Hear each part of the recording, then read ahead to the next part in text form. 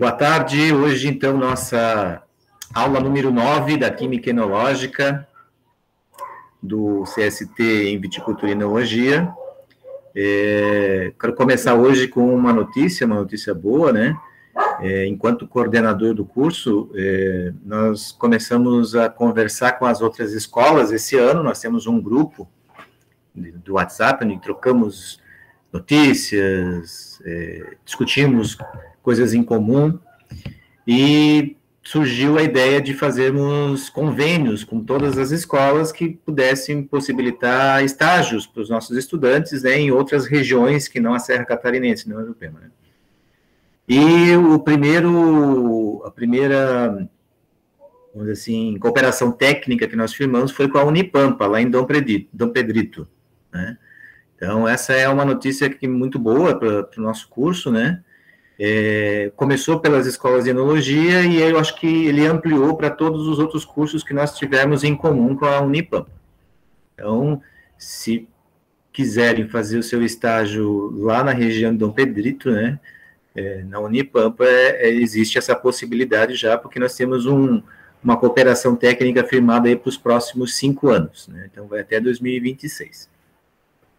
Tanto para obrigatório como não obrigatório. Então, se quiser passar lá uma temporada, né, durante as férias, fazer um estágio, há essa possibilidade, né, de desenvolver esse trabalho, né? Essa é uma notícia muito boa para nós.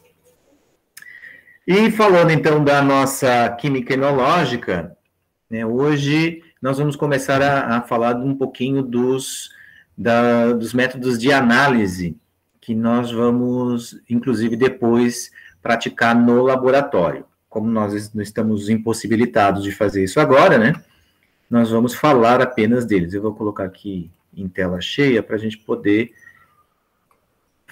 mostrar eles. Então, a gente começa lembrando, né, que na nossa última aula, lá na aula 8, nós falamos sobre envelhecimento químico, né, principalmente propiciado pela barrica, o envelhecimento que se dá inerte, né, que se dá na garrafa, e que a maioria das vinícolas utiliza de estratégias mútuas, né, tanto envelhecimento em barrica e depois um certo envelhecimento em garrafa, né, e o envelhecimento biológico, né, que nós colocamos lá como um material extra também para essa parte, tá? Não coloquei ainda atividade, a aula já está ali, né, que nós gravamos, mas atividade eu estou ainda pensando, e estou pensando em fazer algo diferente para essas últimas 3. Tanto a aula de envelhecimento, como para essas 2 de análise, eu estou pensando em pegar alguns artigos, né, e propor uma discussão via fórum. Então, eu estou pensando ainda, estou analisando, e pode deixar que a gente vai fazer essas atividades. Hoje, nós falaremos sobre as técnicas de análise de mosto e vinho, né?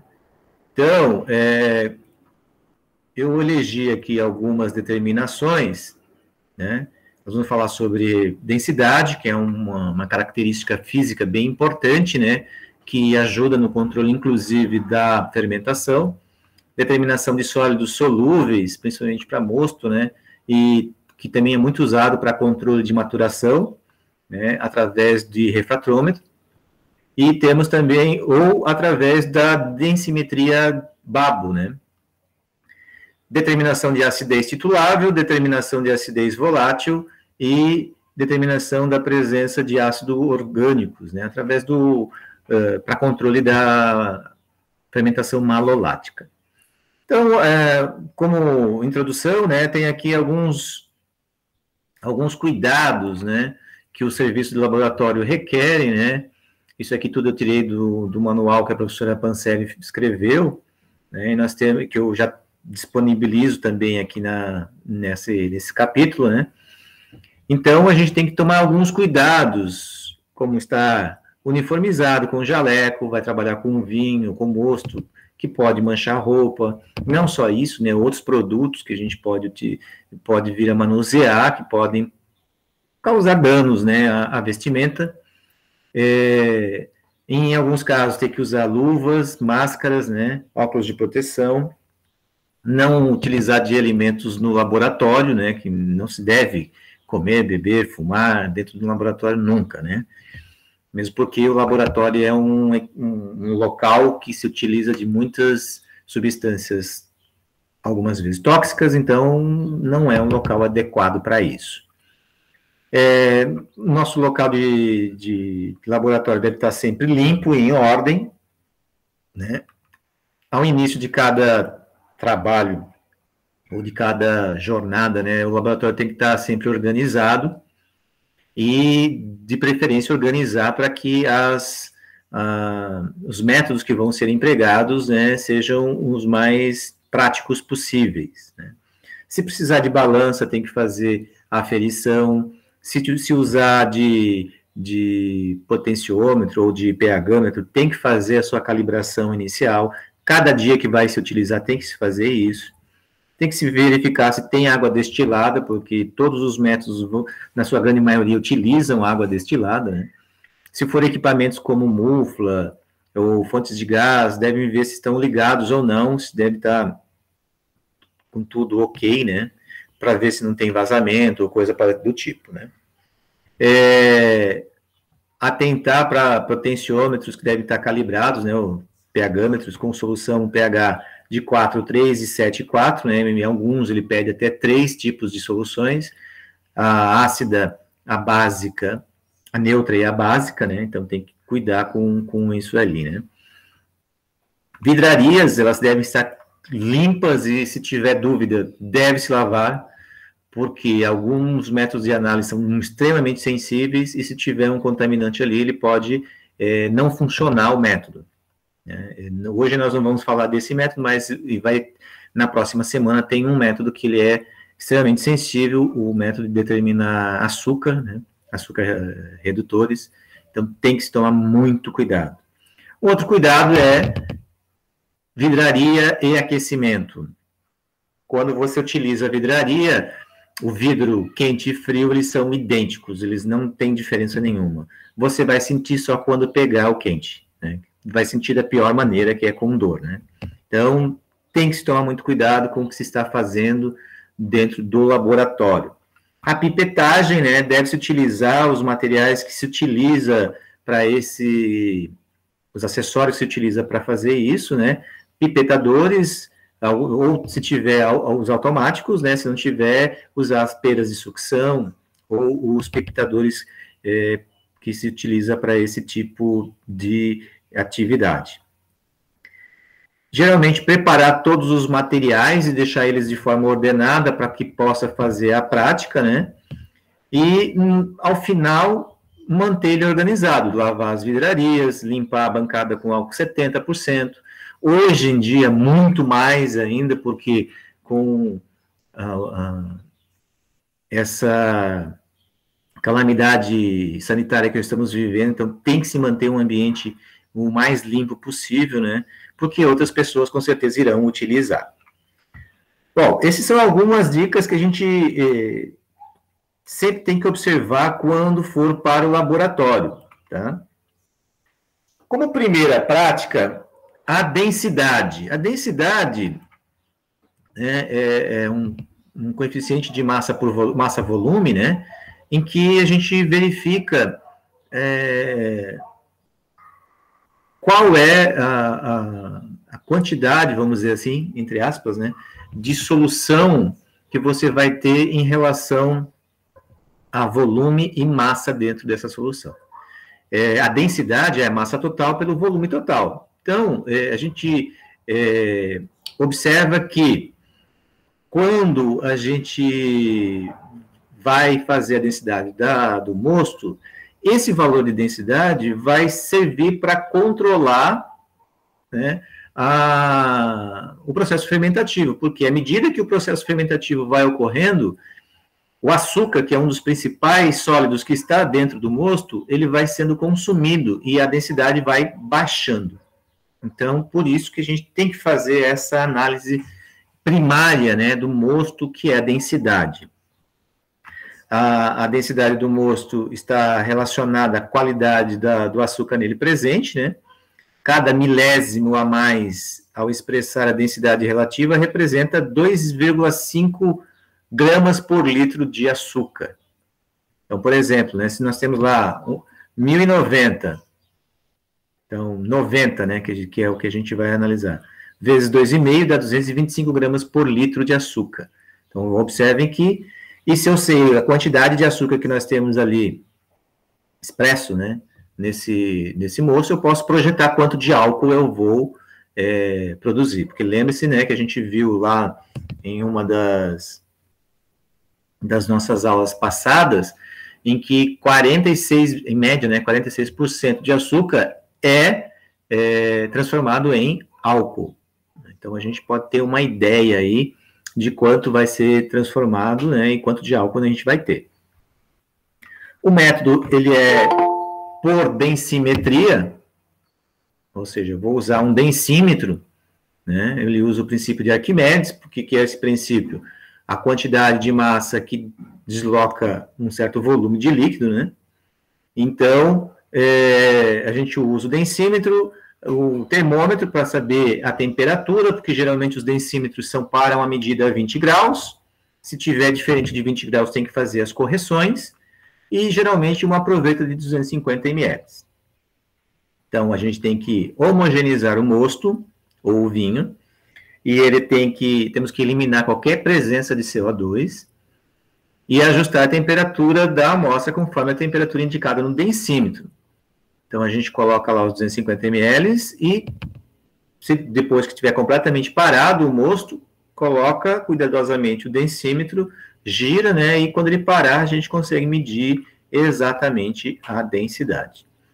Se não estivermos a 20 graus, por isso que tem que ter um termômetro, a gente faz uma correção de temperatura para menos ou para mais, onde a gente vai observar quanto que a gente tem que fazer essa correção, tá?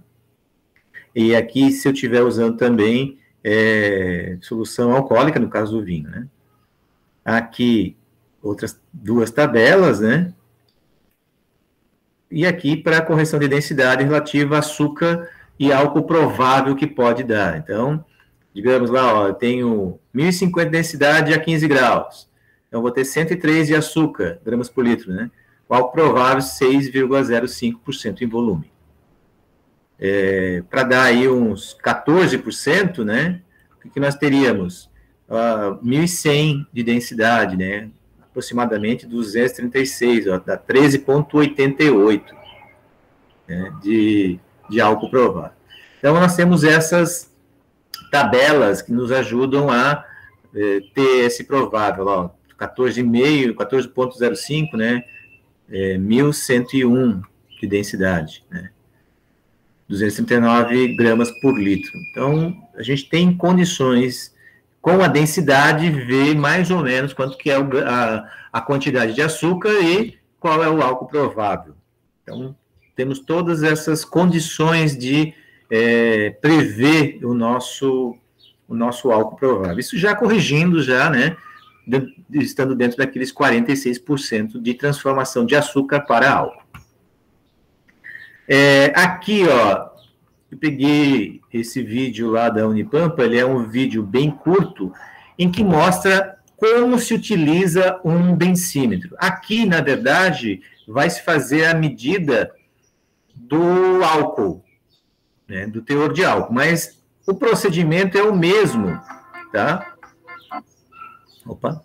O procedimento é o mesmo, deixa eu botar aqui em tela cheia, em que você tem que cuidar, devido ao seu densímetro, tá?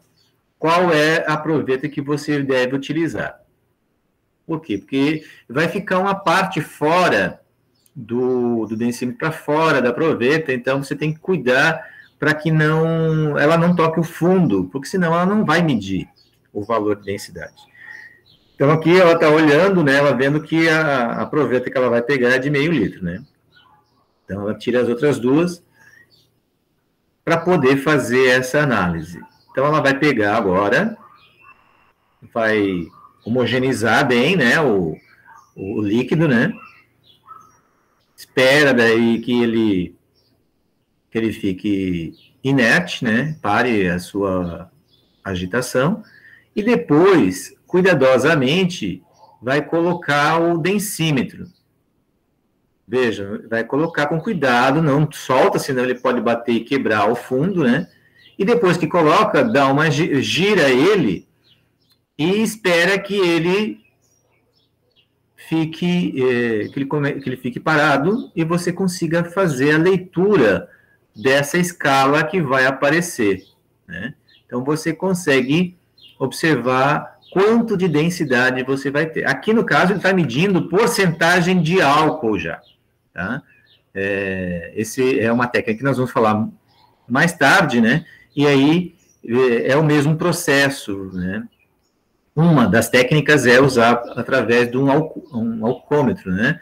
Que é um densímetro que mede o teor de álcool em água, né? Tá? Então, a densidade, a gente tem que ter esse cuidado que foi mostrado ali. Outro detalhe, tenho que sempre baixar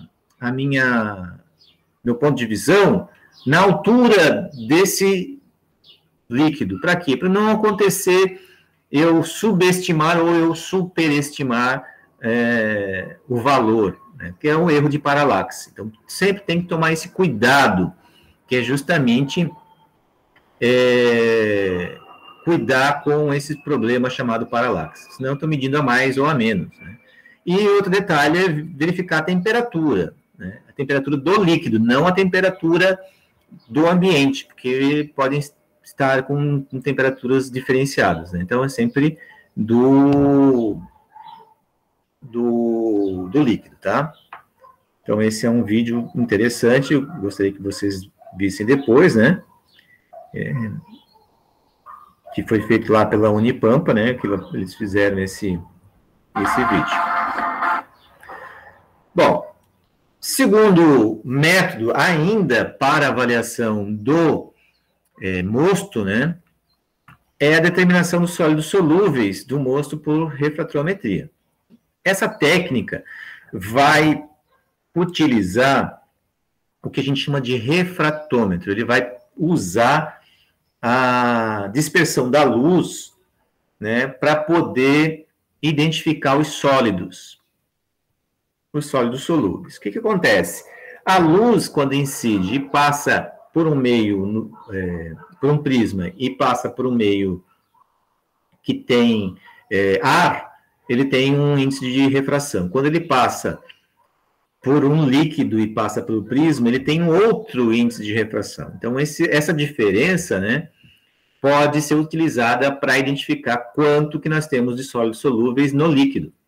Porque na água pura é 1, e na solução que tem, né, o açúcar ou sólidos solúveis, ele vai ser outro, né? Então, aqui nós falamos sobre isso, né? O Brix é uma escala numérica que mede a quantidade de sólidos solúveis em uma solução de sacarose. A escala Brix foi criada por Adolf F. Brix, né, lá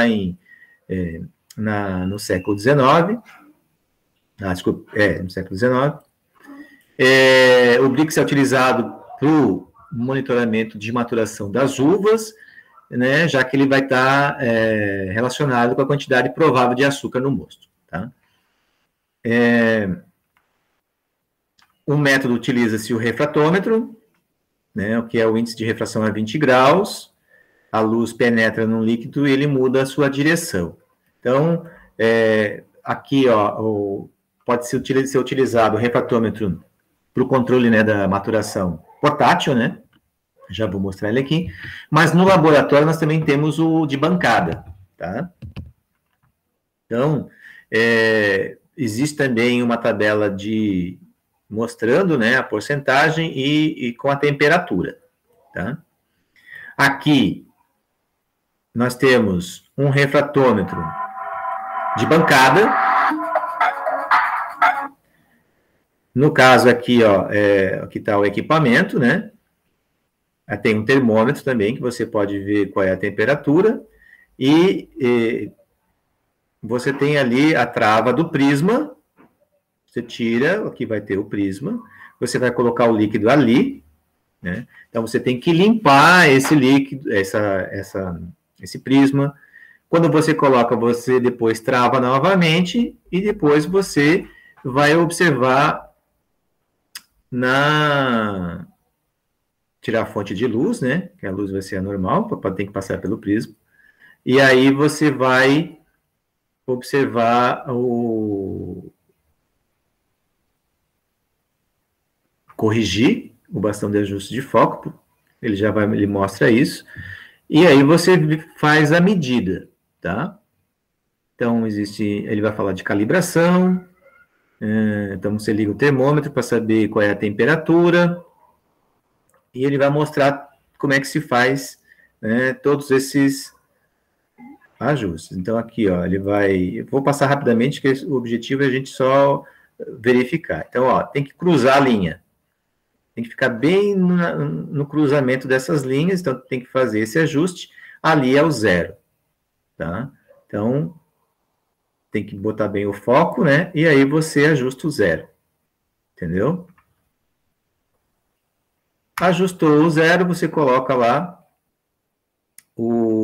você limpa, né? E vai colocar o líquido que você quer medir, né? Então, ela vai fazer isso. Ela vai pegar aqui e vai colocar o líquido que você quer medir. Ele tem que ficar completamente homogêneo, né? E aí, você passa para a medição. Você já calibrou lá no centro, né? E ele vai mostrar, ó. Vai de novo calibrar e vai mostrar quanto que você tem de Brix. Ó, quando chegar bem no meio, é o valor que você tem. Então, tem quanto ali? Tem aproximadamente 11, né? 11 de Brix, tá? Peço que vocês assistam esses vídeos, né? Aqui, ó, aqui tem o refratomento portátil. Esse refratomento portátil, que é o mais utilizado para controle no campo, né?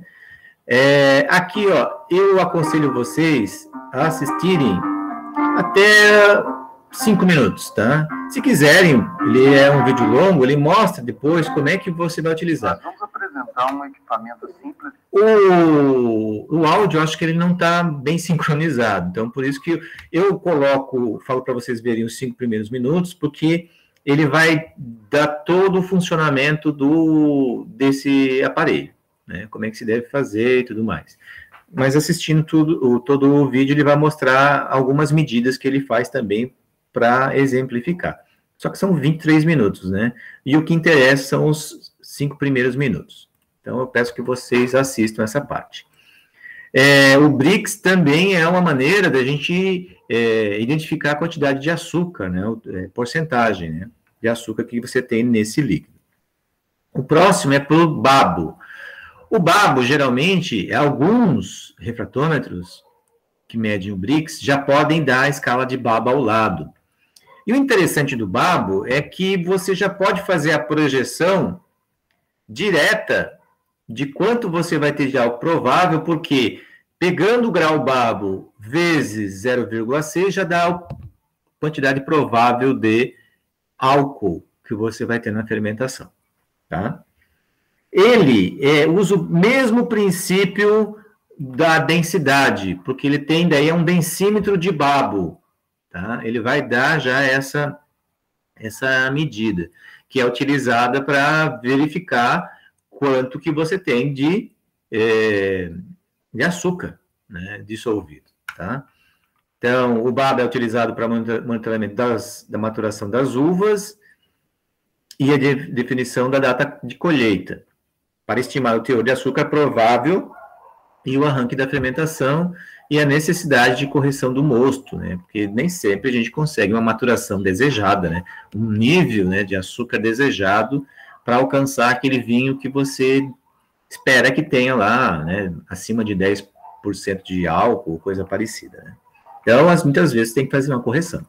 Então, o babo, né, ele também utiliza o princípio de Arquimedes, tá? Extremamente prático também. Como eu falei, alguns refratômetros, não são todos, já trazem as duas escalas, o Brix e o Babo. Tá? Aí fica bem mais tranquilo para você fazer esse controle. Bom, um dos outros métodos muito importantes é a determinação da acidez total titulável. Quando a gente fala em acidez, a gente está falando do conteúdo de ácido, né? Que vai ter lá dentro do nosso mosto ou do nosso vinho. Então, é uma técnica que a gente utiliza tanto para determinar a acidez de mosto como para a acidez de vinho. Claro que no mosto a gente vai fazer a acidez total. Se fosse num vinho, aí a gente já faria acidez volátil, né, e faria também a total, tá? Porque a total vai ter, no vinho, tem a contribuição de ácido acético, do dióxido de enxofre, que podem contribuir para a sua acidez. No mosto não tem isso, porque não vai ter ácido acético. Se tiver, é muito baixo e insignificante, tá? Mas no vinho, não. No vinho já tem essas substâncias que vão contribuir para a acidez volátil, tá? Então, nós temos uma regra, né? Ela é a acidez titulável que se obtém levando o vinho à neutralidade até pH 7, segundo a OIV, e 8,2, segundo a legislação brasileira. Tá? Por quê? Porque a OIV acredita que quando você neutralizou, beleza, chegou no pH 7, tá ok, mas a legislação brasileira vai até 8,2, porque supõe-se que todo o ácido foi neutralizado. Tá?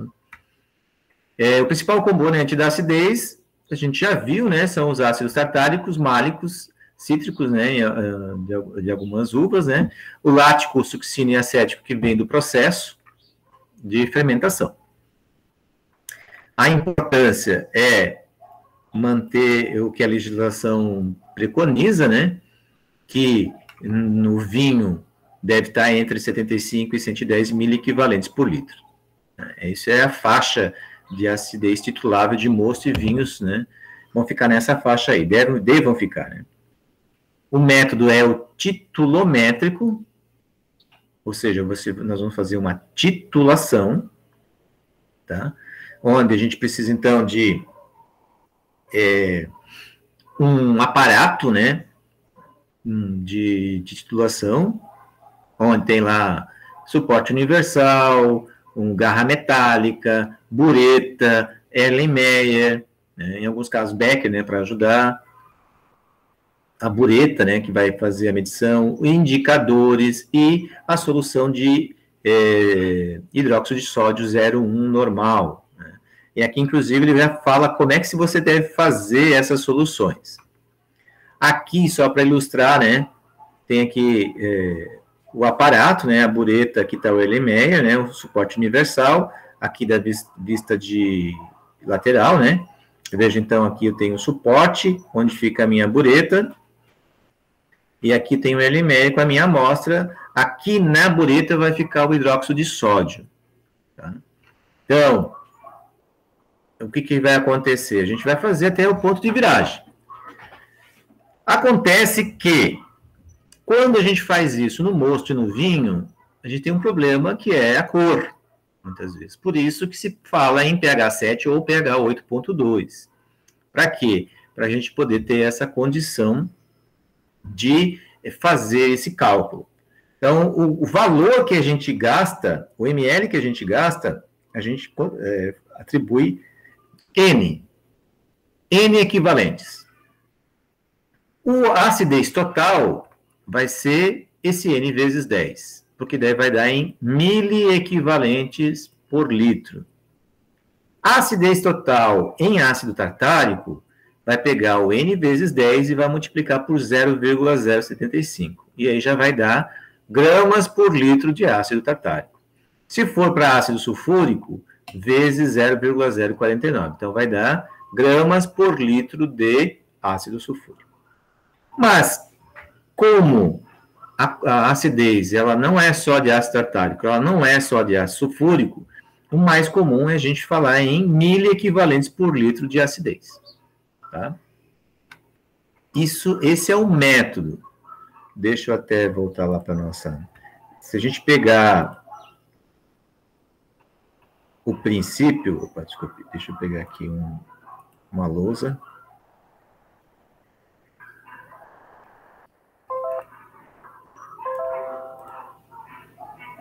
Se a gente pegar e observar,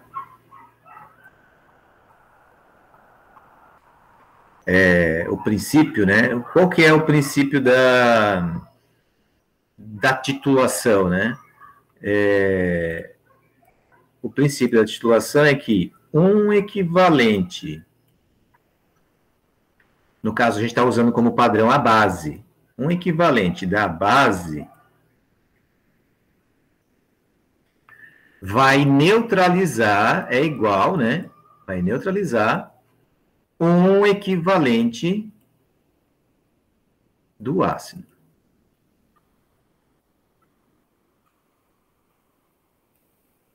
Então, esse é o princípio. O que vai acontecer? A cada equivalente de ácido que nós temos lá dentro da solução, né, do mosto ou do nosso vinho, ele vai ser neutralizado por um equivalente da base. Então, por isso que, para o método, cada ml que é gasto, a gente multiplica por 10, né, e vai dar o valor de N, que no caso N é miliequivalentes por litro. Essa é uma instrução internacional, né? Então, a gente vai utilizar isso, miliequivalentes por litro. Agora, voltando lá para o nosso método, né? Vejam que a gente pode utilizar ali, ó, nessa tabelinha aqui, é uma fonte do Ribéry-Gaillon, né? Ele fala aqui, ó, que o resultado esperado, né? Miliequivalentes, 1 miliequivalente por litro equivale a 0,049 gramas por litro de ácido sulfúrico, 0,075 gramas por litro de ácido tartárico, 0,006 gramas por litro de ácido acético. Então, isso é o que ele demonstra aqui, utilizando esse princípio. Né? Lógico, nós não vamos utilizar expressando em ácido acético, ácido tartárico, né? O ácido acético a gente até pode utilizar se nós vamos fazer o próximo item que chama-se acidez volátil. A acidez volátil, tá? Ela vai ser a medida do conteúdo de ácidos voláteis que nós tivermos dentro do nosso vinho. Esse princípio, tá, da acidez volátil, a gente tem que extrair, né, tem que pegar os ácidos voláteis e tirar dessa nossa amostra. Como é que a gente faz isso? Através de uma destilação por arraste de vapor. Existe um destilador enológico que faz isso, que é muito utilizado, né? Nós não temos ainda, nós, se não me engano, foi comprado e está para chegar, né, foi mandado para licitação, para a gente comprar um destilador enológico para o nosso laboratório. Hoje, nós usamos um destilador de nitrogênio que nós temos no nosso laboratório e que faz esse processo, né, para arraste de vapor, a gente recolhe a amostra e depois faz a titulação, como é feito, como eu mostrei antes, na acidez total. Tá? Vejam só, pela legislação brasileira, a gente pode ter no máximo 20 miliequivalentes de acidez volátil. Então, acima disso, o nosso vinho não pode ser comercializado. Então, se tiver acima disso, ele vai ter que fazer um corte, né? Ou vai ter que pegar um outro vinho que esteja abaixo dessa acidez volátil e fazer um corte, porque senão ele não vai poder comercializar. Né? Da onde que vem esse ácido volátil, né? Esses ácidos acéticos? Vem das bactérias maloláticas ou de bactérias acéticas que possam estar contaminando, né? Ou do metabolismo de algumas leveduras também, que podem provocar isso, né? Como a gente já falou em algumas aulas passadas, né? Então, o princípio do método, a gente vai fazer o arrasto de vapor, vai tirar esses ácidos voláteis, vão ser arrastados pelo vapor de água, né? E aí você recupera e depois faz a titulação com o hidróxido de sódio, que nós já referimos. Então, a gente precisa de um destilador por arrasto de vapor, né? Tem já um específico para enologia, LME de 500, bureta, pipeta, fonte de aquecimento e reagentes necessários. Então, aqui ele utiliza aqui, ó, fenolftaleína, hidróxido de sódio, uma solução de ácido clorídrico, 25%, solução de iodo, amido, solução de tetraborato de sódio. Por quê? Porque ele vai fazer correções. Se for direto, pega a tua amostra, faz titulação com hidróxido de sódio e fenolftaleína. Por quê? Porque ele vai sair incolor. Da tua amostra, ele sai incolor. Se tiver... se você quiser saber, descontar lá o dióxido de enxofre, né? Aí você vai fazer a via que ele vai mostrar aqui. Aqui, ó, nessa foto, a gente está mostrando o aparelho, que é o destilador de nitrogênio que nós temos. O que a gente faz? A gente coloca a amostra aqui nesse tubo. Aqui dentro tem uma caldeira, né? Dentro do aparelho. Vai jogar vapor aqui dentro. Vai fazer borbulhar, vai evaporar e vai vir aqui nesse LMEA, né, o vapor arrastando o ácido acético, né, o dióxido de enxofre que tiver porventura, tá? E aí, depois que você recolheu, você vai fazer a titulação com a fenolftaleína. Então, você vai ter um valor N, que vai ser expresso aí, se multiplicar por 10, vai dar em miliequivalentes de acidez volátil. Se você quiser corrigir o SO2, né, você tem que fazer uma segunda destilação, e nesse destilado, você vai colocar 25% de solução de ácido clorídrico, vai adicionar 2 ml de solução de amido, né, e vai titular com o iodo 0,01 normal. E o volume vai dar N'. E a terceira titulação, adiciona-se gotas de solução saturada de tetraborato de sódio, que vai dar uma coloração rosa inicial, né, referente à fenolftaleína, adiciona-se cristais de iodeto de potássio, com uma espátula, para sensibilizar o ponto de viragem, e aí você titula novamente com iodo, até obter uma coloração azul, e você vai ter um N, 2 linhas. Então, a acidez volátil bruta é só multiplicar por 10. E aí você vai ter tantos miliequivalentes de acidez volátil. Se você quer saber em ácido acético, vai multiplicar, vai fazer essa relação e você vai encontrar daí em gramas por litro de ácido acético. Tá? Agora, se você quer corrigir, você tem que usar aquele N' e o N2' para poder corrigir para ácido acético, acidez volátil em ácido sulfúrico, né, e assim por diante. Tá? Então, é dessa forma que nós fazemos essa determinação de acidez volátil. Bom, se eu tenho acidez total e acidez volátil, eu desconto da total a volátil e eu vou achar a acidez fixa, que são os ácidos que não são voláteis, que vão estar dentro do seu mosto ou dentro do seu vinho. Tá? Então, essa é uma terceira medida, vamos dizer assim, da acidez total, que é a soma dos fixos com o volátil. Tá? Então, eu tenho como fazer essa determinação. Aqui, ó, tem um vídeo que é da Universidade, se eu não me engano, do UCO, é a Universidade Chilena, em que vai estar em espanhol, né, mas o que é importante aqui é a gente verificar como é que se faz, né, ela mostra como é que se faz toda a determinação de acidez volátil, descontando já dióxido de enxofre, né, tudo que possa estar interferindo, e depois mostra como é que faz determinação total, tá? Então, aqui é um vídeo bem interessante, tá, para a gente poder observar. E como, vamos dizer assim, um último ponto dessa nossa aula, né, nós temos a determinação da presença do ácido málico. Na verdade, é o controle, né, é uma maneira de a gente controlar a fermentação malolática, se ela ocorreu, se ela não ocorreu, se ela está ocorrendo.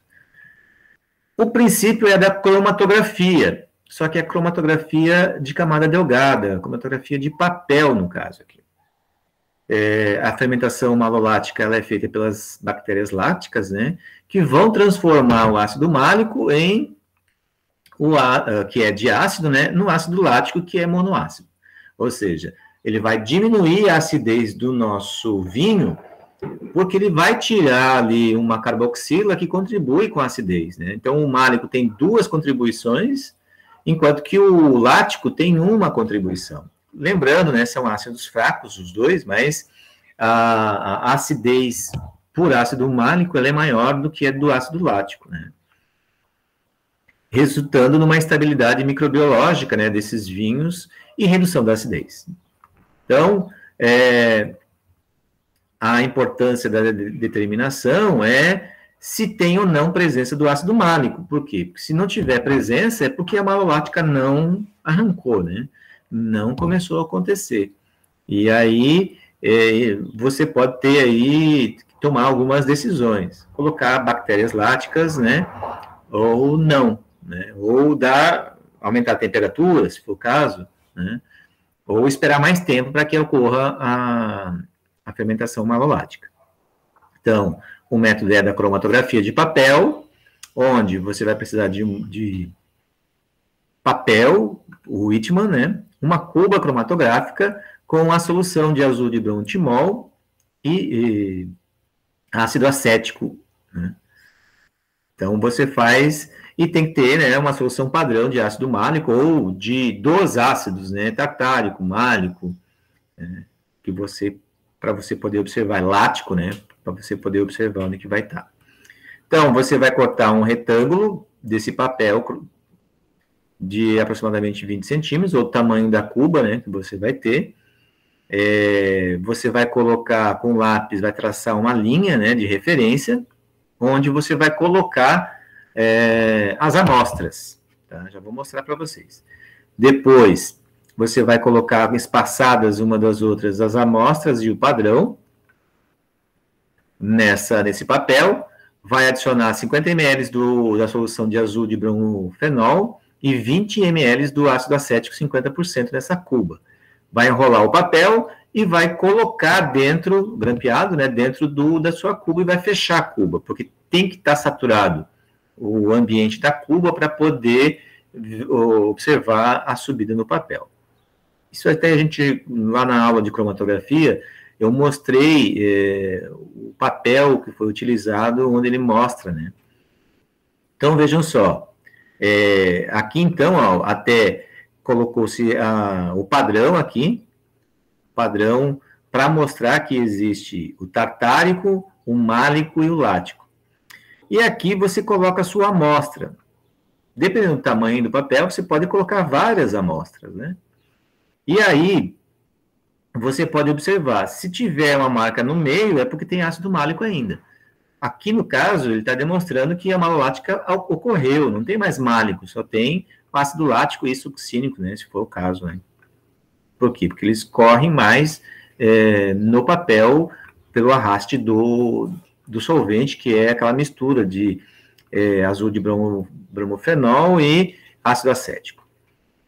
O que vai acontecer? O azul de bromofenol é para mostrar, é um indicador, né? Então, quando você tira lá da cuba e vai botar para secar, ele vai ficar um papel com a coloração azulada. E onde tá as amostras vão ficar branca, né? Vai ficar azulado ao redor e vai ficar branco nesses pontos, né? E a gente consegue verificar a amostra. Bom, um dos cuidados que você tem que ter quando vai aplicar a amostra no papel. Geralmente, você tem que pingar ali mais do que uma vez. Pega-se uma pipeta automática, né, com a ponteirinha, e vai pingando, por exemplo, padrão. Pinga o padrão, espera secar. Pinga a amostra, espera secar. E aí depois repete esse procedimento de 3 a 4 vezes, para ter o quê? Ter condições de você enxergar depois, porque temos que pensar que a concentração de ácidos, né, no nosso vinho, ele vai ser reduzido, eles, vamos dizer assim, alguns podem chegar a miligramas por litro. Então, a sua amostra vai ter uma quantidade muito reduzida de ácidos. E aí você tem que colocar bastante amostra para poder visualizar, senão você não vai conseguir ver essas manchas que vão estar no papel azul. Tá? Deixa eu ver aqui, para mostrar para vocês, lá na parte de cromatografia, se não me engano foi no primeiro, para mostrar para vocês lá no Princípios de Cromatografia, onde fala da cromatografia planar. Deixa eu ver se é esse aqui. Isso. Mas não é aqui. Aqui, usinologia. Aqui, claro, é uma cuba retangular, né? Não é o nosso caso, lá no campus a gente usa um vidro de conserva grande, gigante, né? Em que a gente coloca o papel de forma circular. Aqui, ó, é o papel. Esse azulado aqui é justamente do indicador.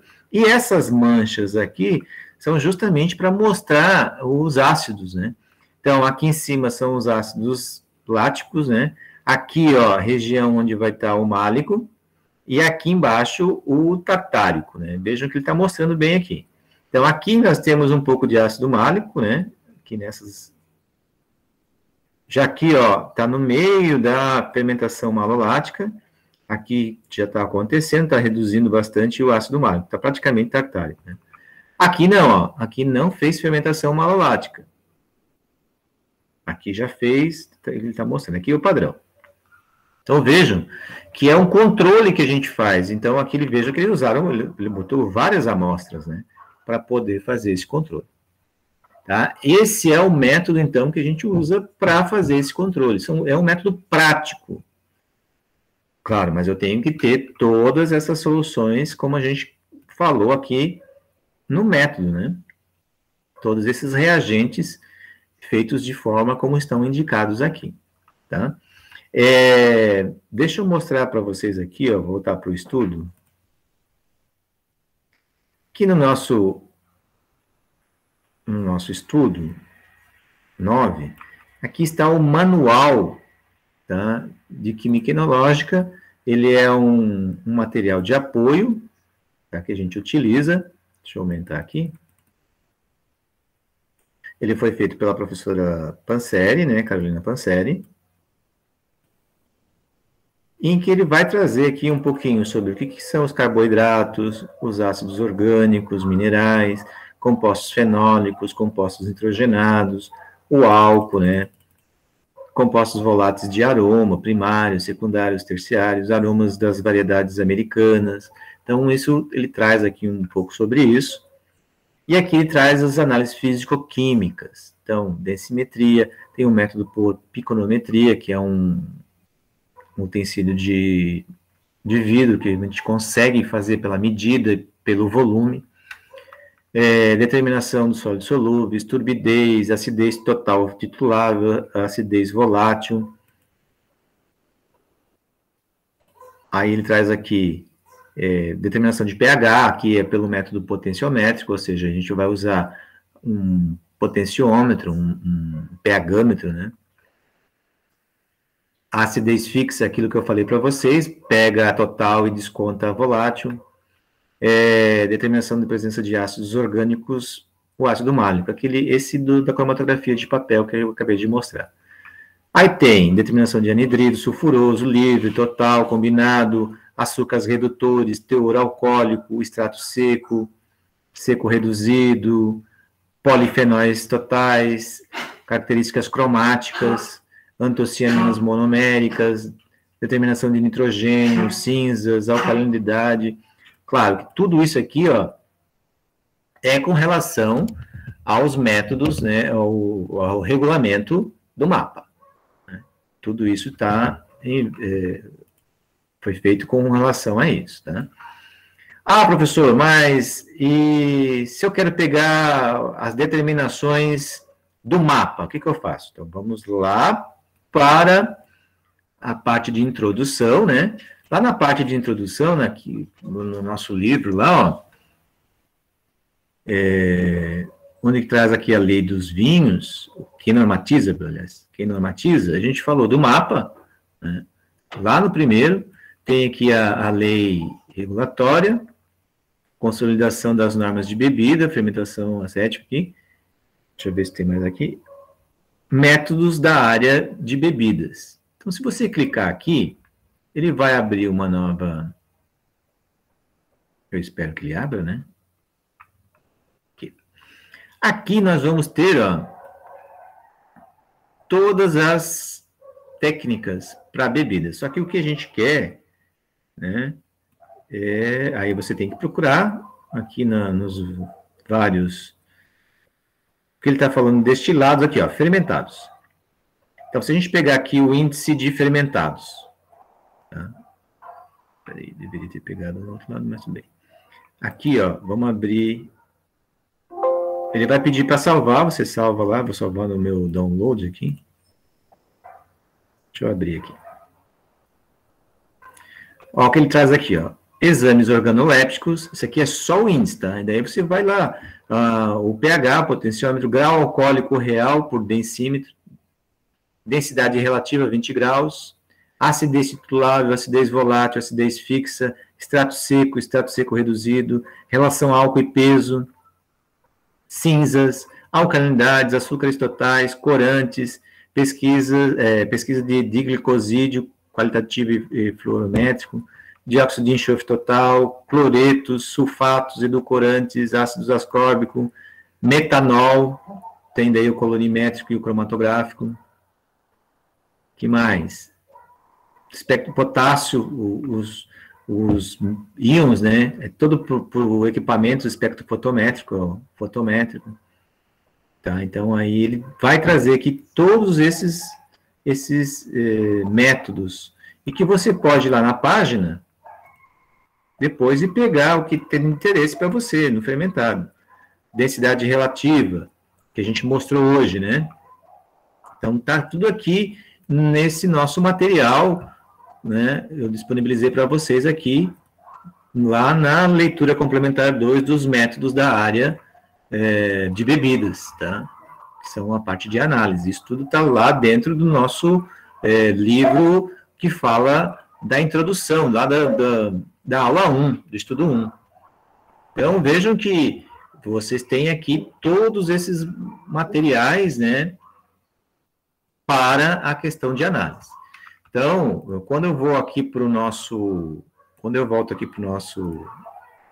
os métodos, eu peguei basicamente, aqui é o 4, né, ó, técnicas de análise de mosto e vinho, e no 5, a gente vai falar, basicamente, eu estou quase terminando aqui, os outros métodos que a gente vai trabalhar, como determinação do teor alcoólico, determinação do anidrido sulfuroso livre, do anidrido combinado, determinação de acidez, de açúcares redutores, desculpe. E vamos falar também dos polifenóis, tá? Não está aqui ainda, vai ser o 5º, determinação dos polifenóis. São alguns métodos que a gente faz lá no IFSC, tá? Esses são alguns métodos. Não coloquei nitrogênio, mas nitrogênio também faz, é o que a gente vai verificar. Tá certo? Deixa eu voltar aqui para a nossa aula.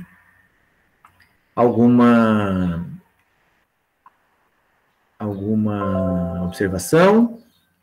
Querem falar alguma coisa?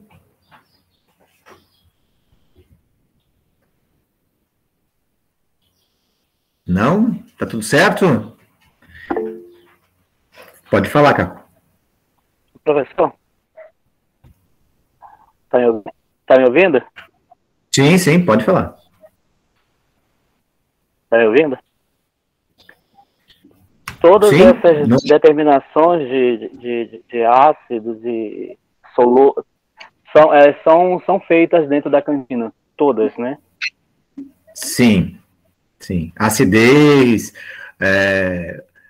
a acidez total e volátil. Geralmente média total para já tem uma base, né? Que se deve fazer, né?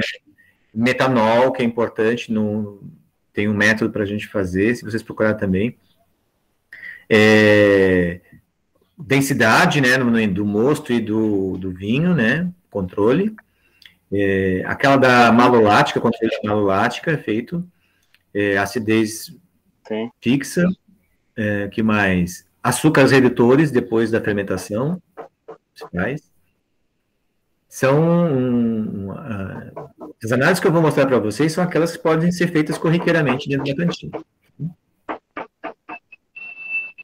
As outras, por exemplo, dos íons, né? Potássio, ferro, só quando você vai querer fazer um controle para ver se não tem contaminantes.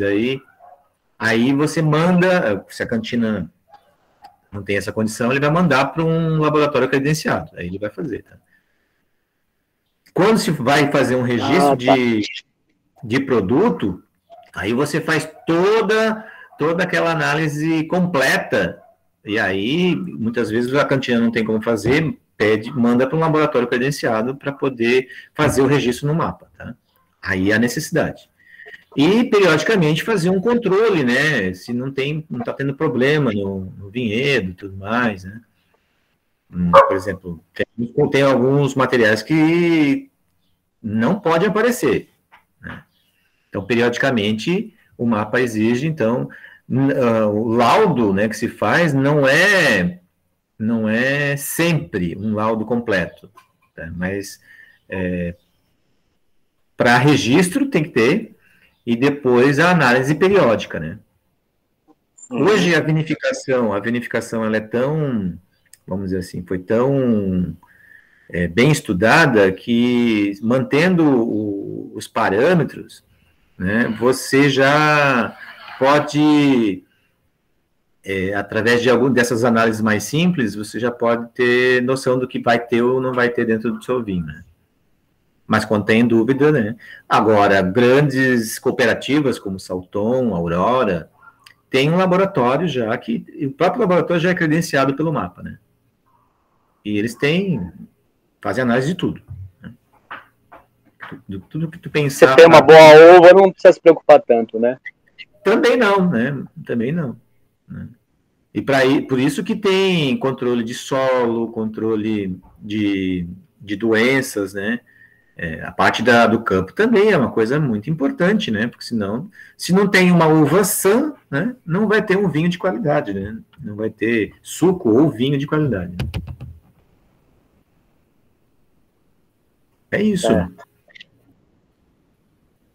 Tá? Essas análises que eu estou mostrando são aquelas que a cantina pode fazer, tá? Claro, a parte de polifenóis, não é toda cantina que tem um espectrofotômetro, como nós lá temos, né? Um aparelho pequenininho que já dá isso, né? Mas eu acho que a maioria deve ter, ou então pede para alguém fazer, né? Mas são as técnicas que nós conseguimos fazer, né? Tá certo? Esse era o recado de hoje, né? Como eu falei, eu estou pensando como é que eu vou fazer as atividades para essa parte, né? De repente, para fazer uma questão mais voltada para alguns artigos, mas eu estou pensando ainda. Como vocês têm que entregar até hoje, né? São 3 atividades, 3 estudos, eu estou deixando para passar para a semana que vem essas atividades e dar o prazo, até o prazo final, né, para você entregar essas três estudos, as atividades desses 3 estudos. Não vou botar nenhuma coisa muito grande, porque também não é nosso objetivo. Tá certo? Tá certo. Então, pessoal, eu agradeço, né, a participação de vocês, né? Os prazos. Repetir os prazos? Sim.